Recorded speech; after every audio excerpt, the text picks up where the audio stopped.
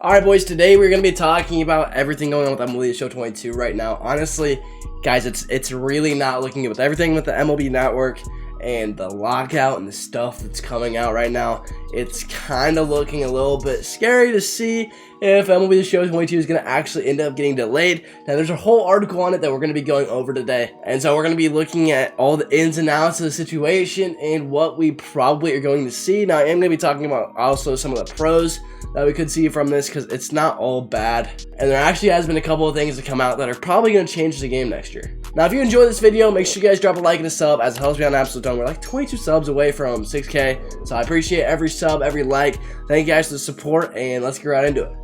Now, the article that we're talking about is from Game Rant. Now, Game Rant is important for the reason that they were the first ones to say and kind of leak that MLB The Show 22 was coming to Xbox last year, which was huge, and that's kind of just a little bit, I'm just going to back them a little bit. So everything that they say in this article, I think is 100% true and is going to happen. Now, they do speculate a little bit about kind of some of the things if the lockout doesn't end up ending, but it definitely will. For the most part, most of the article is pretty good and backed by a lot of people, not just the guy who wrote the article, so don't think that this is just a bunch of fake news.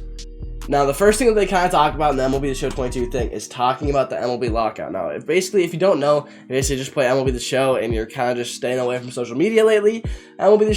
The MLB is in a lockout right now, and it's pretty brutal. Now, they did end up kind of gaining a little bit of ground. One thing that was proposed and pretty much okay with both sides, with the Players Union and the MLB, was the universal DH, which means that MLB The Show 22 is going to have traditional DHs, and that's probably going to change everybody's lineup. So you're probably never going to have to hit with the pitcher again in MLB The Show. And if they end up changing it in the MLB, they're going to end up changing it in Diamond Dynasty 2, and that's kind of a love-hate. Obviously, Shohei Ohtani and some of the two-way guys aren't going to be as valuable as they once were, but I think it's a good thing for the game. I hate hitting with pitchers, and obviously now it is a little bit of fun every once in a while. If you get a bomb with like DeGrom or Derek Cole, you're going crazy.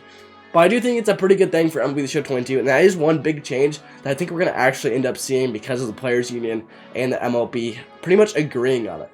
Now, it ends up talking about the MLB Lockout and how it's going to affect MLB The Show 22, and the big thing that I saw from this, and it kind of talks about, is the cover athlete. Now, it talks about Fernando Tatis and the capacity, how players can't be used during the lockout and stuff like that. And so I do think that they're still programming every single kind of player into the game at MLB The Show 22, because it's still in development. It's not like they're stopping development for the game, because they do believe that MLB and the Players Association are going to come to terms, which I think they are. The players, they want to get paid. Nobody wants to have a 2022 season where nobody plays, so they are going to meet. I understand how it talks later that worst case scenario, there's no new contract, and at the start of the season and the summer months to get closer and closer, that MLB The Show 22 might not come out at all. But that's not true. I don't think they're gonna. I do think that MLB The Show 22 is gonna end up coming out. I do think that the cover athlete is gonna be Ohtani. Now, is it gonna get delayed? That's what I don't know. Now, the first thing I kind of want to talk about is the release dates of the games and last year's release date. So obviously, last year's MLB The Show got delayed. Usually, MLB The Show comes out in March. MLB The Show 21 came out April 20th, which is more than a month late from MLB The Show 20, but honestly, it ended up being okay. It wasn't really a big deal, and everybody was still fine with it. It ended up coming out at launch, and it wasn't really that rushed. There were a couple bugs, but you gotta understand that they were going through COVID and everything, and that shouldn't really be a big factor this year, as everybody's pretty normalized with COVID protocols.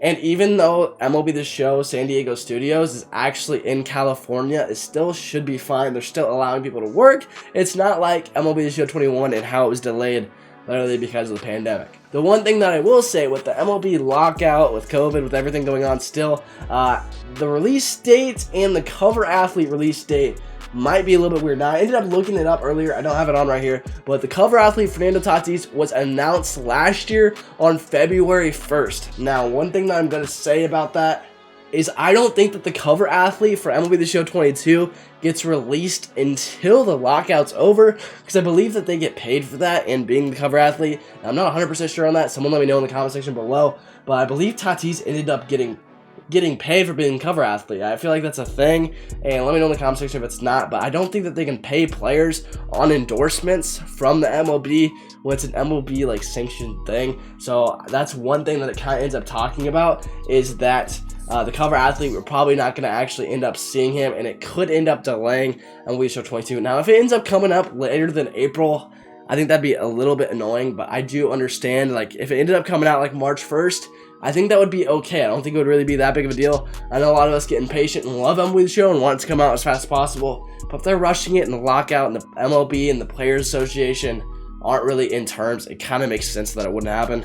So we're just going to have to end up seeing what ends up happening. And I know it's kind of scary, but MLB The Show 22, it could get delayed. Honestly, it probably is going to get delayed at least a little bit, especially from like the normal release dates of MLB The Show. I still think that we're not going to see it till at least April, mid-April. Now, as of right now, the expected release date, according to a couple of different websites, and these usually are about right. Real Sport was pretty right last year, and they ended up saying Tuesday, April 19th, 2022.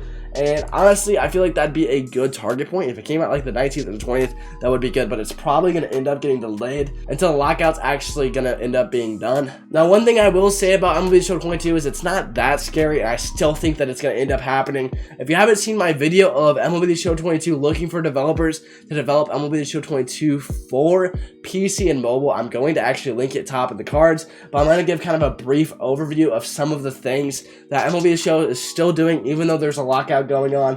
They are posting jobs saying basic to intermediate understanding of networking, setup, and hardware, and how to bring components to modern consoles, PC, and mobile gaming, which is huge because MLB The Show 22 should end up coming to Xbox, PlayStation, Nintendo Switch, mobile, and PC, which a lot of people see. I want to see the MLB The Show 22 come to PC. I want to see mods. Now, I know a lot of you guys are going to be like, mouse and keyboard is going to be stupid, it's going to be overpowered.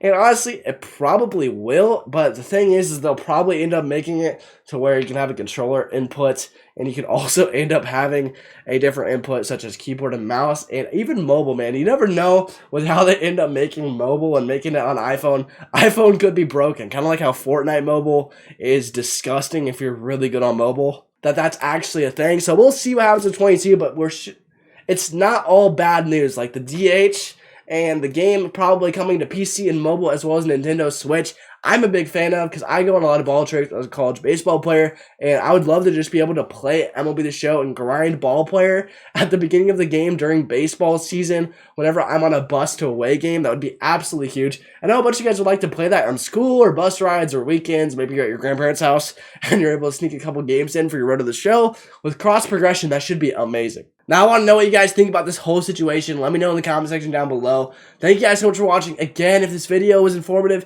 please drop a like and a sub. It helps me out so much. You guys usually bang out these MLB Show 22 videos. I'll talk to you guys later. Have a great rest of your day, and peace.